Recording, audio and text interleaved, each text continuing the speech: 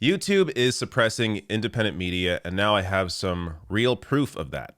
So this is something that honestly I don't talk about enough.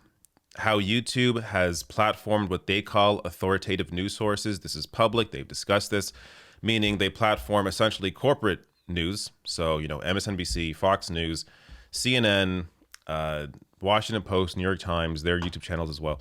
So this is, they started doing this back in 2017 after all the hoopla around the election and fake news.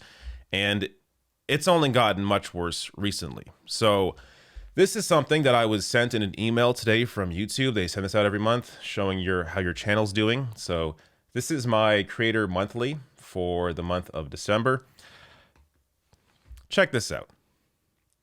0 new subscribers, yet 2.2 million views, 10.5 million minutes watched. This is what I say when I say YouTube is suppressing independent media. People that are watching my videos are almost all subscribers. So, and to be clear here, the new subscriber, this is, there. Of course, there were still subscribers throughout the month, but it was offset by lost subs. But the lost subs aren't any different than what they are any other month. So, every month there's a few people that unsubscribe, but there's always a difference that's made up by a lot more people subscribing, considering I'm not a huge channel, but I'm fairly large enough. But having, at the end of the month, a net 0 in subscribers is completely unbelievable. This is unheard of in any other industry on YouTube. Makeup tutorials, tech reviews, video games, you're not going to see anything like this. This is specific to independent media. Which also goes to show why you have to share the stream, because honestly, and not just this stream, but my videos. Because honestly, this is the only way the stuff gets out, is word of mouth. YouTube has completely suppressed to the point where, let me show you this. So this gets into even more detail. This compares watch time from subscribers compared to not subscribers. So this is over the past year. So this already is insane. The fact that this is 50-50 at all is ridiculous. The vast majority of channels, again, in other industries, the majority of their views come from not subscribed. But this is over the last year. Over the last month, it's completely insane. Almost all of my views are coming from subscribers. Now, the whole reason I do this work is to educate people. Part of that is the need to, of course, educate new audiences, bring new eyeballs in. But if I can't do that, then what the hell am I doing? So YouTube is actively destroying independent media. This is completely the algorithm. Now, it's great to have no real boss as someone on YouTube, but ultimately I do have a boss. My boss is the algorithm. I'm at the whims of whatever the algorithm decides. And of course, the people behind the algorithm that are programming it and what they're told to do. So there's an intentional desire here to suppress channels like mine. Of course, I'm not the only one being impacted by this, but it is, I would say, largely an impact that is being felt by the left. Because people on the right, the way they are able to overcome this is they do reactionary content. So a lot of cultural issues, crap like, Mr. Potato Head, Big Bird, all this stuff that involves very little thinking, is easily clickable, can be considered shocking content. So they're able to overcome the algorithm because of that.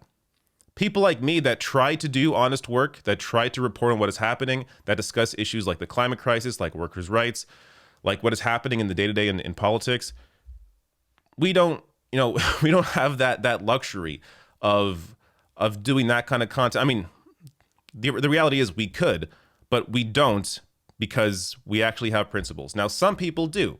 This is why you may have seen a recent shift in some channels to become a little more grifty, doing things like anti-vax crap, doing more right-wing targeted content, because that stuff is highly clickable, can get over a lot of the issues with the algorithm. So that's how they do it. They do this bullshit content, and they, abandon any principles or any kind of consistency they once had with discussing issues on the left. But another issue, of course, is the fact that suggested videos, I see this in my comments, I see this on Twitter, people discuss this all the time. I have this experience. When you watch, say, you know, one of my videos or Humanist Report or Kyle Klinsky or anybody else like TYT, the next video that's suggested is not somebody else in independent media. It's Seth Meyers, it's Joe Rogan, it's Stephen Colbert, it's John Oliver. That used to not be the case. Back in, you know, 2016, 2017, even maybe as late as 2018, we were still suggested on other people's videos. So our stuff would still come up if somebody was watching something else. But now it's completely changed, which means, again, the only way that we really get out there to new eyeballs is either through content that randomly gets a lot of views. Like this is also part of the reason why you see channels cover crap like The View, because it's an attempt to try and bring in a new audience and keep those people.